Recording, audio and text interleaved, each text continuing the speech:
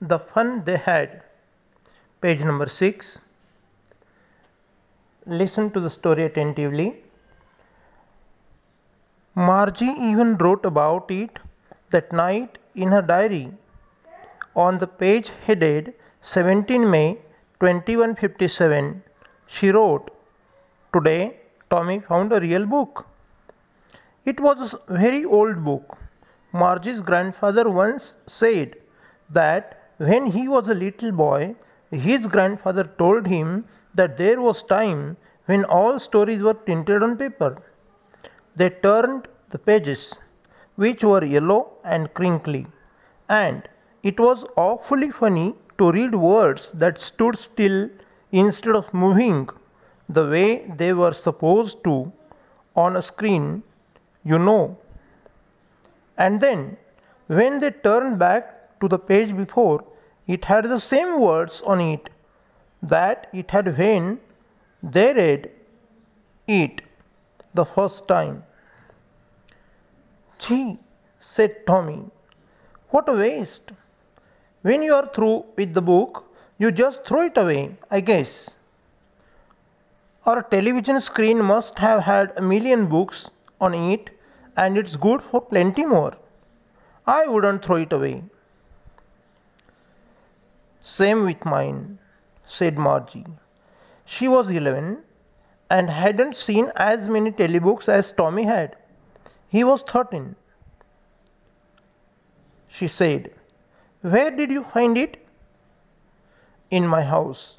He pointed without looking because he was busy reading. "In the attic." "What's it about?" "School." Margie was scornful. "School? What's there to write about school? I hate school." Margie always hated school, but now she hated it more than ever. The mechanical teacher had been giving her test after test in geography, and she had been doing worse and worse until her mother had shaken her head sorrowfully and sent for the county inspector. He was a round little man with a red face and a whole box of tools with dials and wires. He smiled at Margie and gave her an apple, then took the teacher apart. Margie had hoped he wouldn't know how to put it together again, but he knew how all right, and after an hour or so, there it was again, large and black and ugly, with a big screen on which all the lessons were shown and the questions were asked. That wasn't so bad. The part Margie hated most was the slot where she had to put homework and test papers. She always had to write them out in a punch code. They made her learn when she was 6 years old, and the mechanical teacher calculated the marks in no time. The inspector had smiled after he was finished and patted Margie's head. He said to her mother, "It's not the little girl's fault, Mrs. Jones. I think the geography sector was geared a little too quick. Those things happen sometimes. I have slowed it up to an average 10-year level.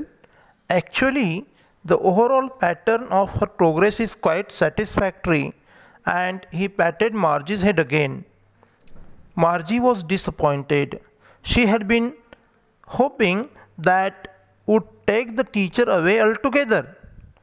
They had once taken Tommy's teacher away for nearly a month because the history sector had blanked out completely. So she said to Tommy, "Why would anyone write about school?" Tommy looked at her with very superior eyes.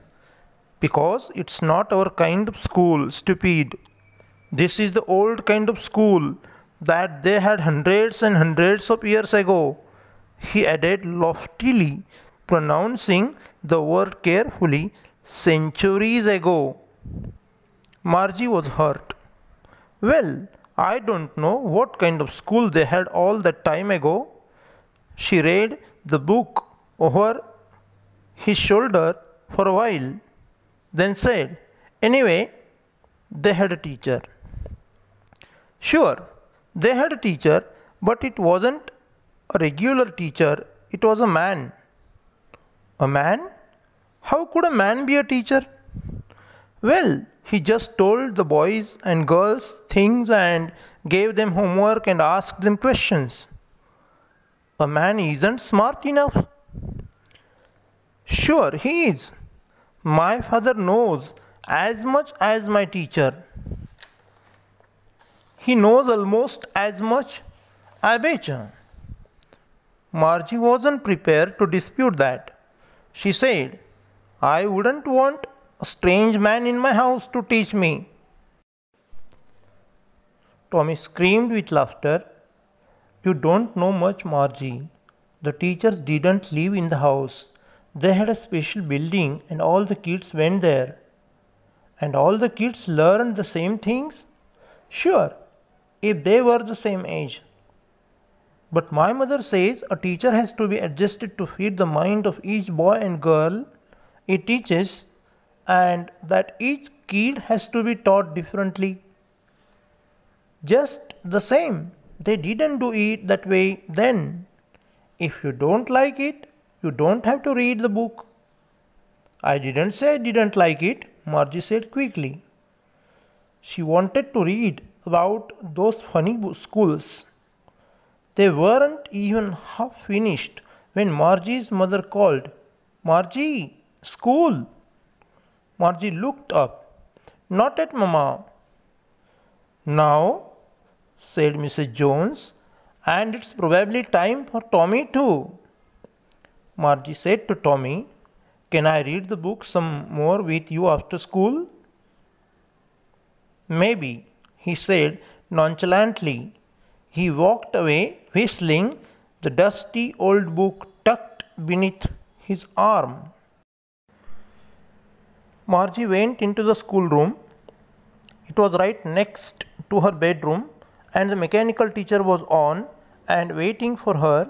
It was always on at the same time every day except Saturday and Sunday, because her mother said little girls learned better if they learned at regular hours. The screen was lit up, and it said, "Today's arithmetic lesson is on the addition of proper fractions. Please insert yesterday's homework in the proper slot." Margie did so with a sigh. She was thinking about the old schools they had when her grandfather's grandfather was a little boy. All the kids from the whole neighborhood came, laughing and shouting in the schoolyard, sitting together in the schoolroom, going home together at the end of the day. They learned the same things so they could help one another with the homework and the talk about it. And the teachers were people. The mechanical teacher was flashing on the screen. When we add fractions 1 upon 2 and 1 upon 4, Margie was thinking about how the kids must have loved it in the old days. She was thinking about the fun they had. By Isaac Asimov. Vocabulary. New words in this story. Crinkly, adjective, meaning having a lot of folds. G, interjection, showing surprise or annoyance. Attic, noun, meaning loft or space just below the roof of house. Scornful, adjective, meaning contemptuous or hateful. County, a territorial division or the chief unit of local administration. County inspector, here in the story, the hierarchical officer. He is also a robot who controls the mechanical teacher, means the teaching robot. Disassemble, verb, separate the components. Gear a little quick, phrase, meaning adjust to higher level. Loftily, adverb, means haughtily, arrogantly or disdainfully. Becha means I bet. Nonchalantly, adverb, meaning behaving in calm and cool manner or casually.